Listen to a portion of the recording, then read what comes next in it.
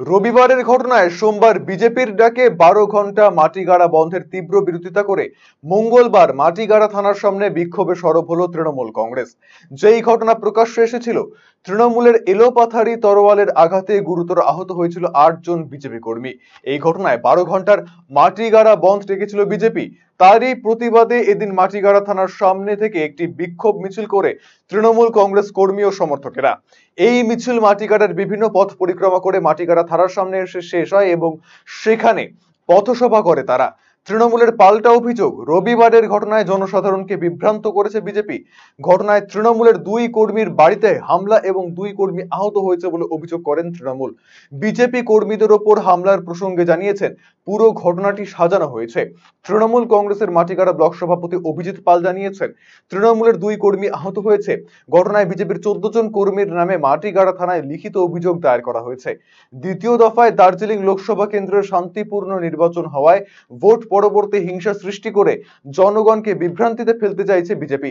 গতকাল মাটিগাড়া 12 ঘন্টা বন্ধের ঘটনায় ব্যবসায়ী ও দোকানীদের হুমকি দিয়ে দোকান বন্ধ করিয়েছে বিজেপির নেতৃত্বরা বলে অভিযোগ তৃণমূল কংগ্রেসের। রাস্তায় টায়ার চালিয়ে মাটিগাড়াকে ভোট পরবর্তী হিংসার রং চড়ানো হয়েছে। 2 তৃণমূল কংগ্রেসের কর্মীদের গ্রেফতারের ঘটনায় পাল্টা বিজেপি কর্মীদের গ্রেফতারের দাবি জানানো হয়।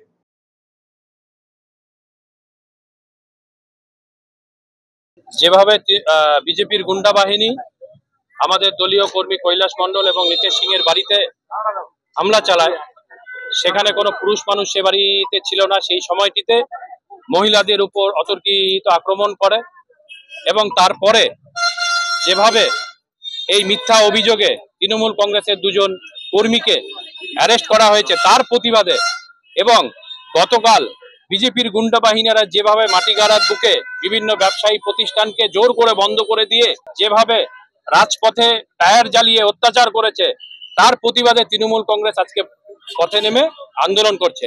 এবং পুলিশ প্রশাসনের কাছে আমাদের দাবি যে তৃণমূল কংগ্রেসের কর্মীর বাড়িতে যে আক্রমণ হয়েছে এবং তার যে অপরাধী 14 জন অপরাধী, সেই অপরাধীদের অবিলম্বে গ্রেপ্তার করতে হবে।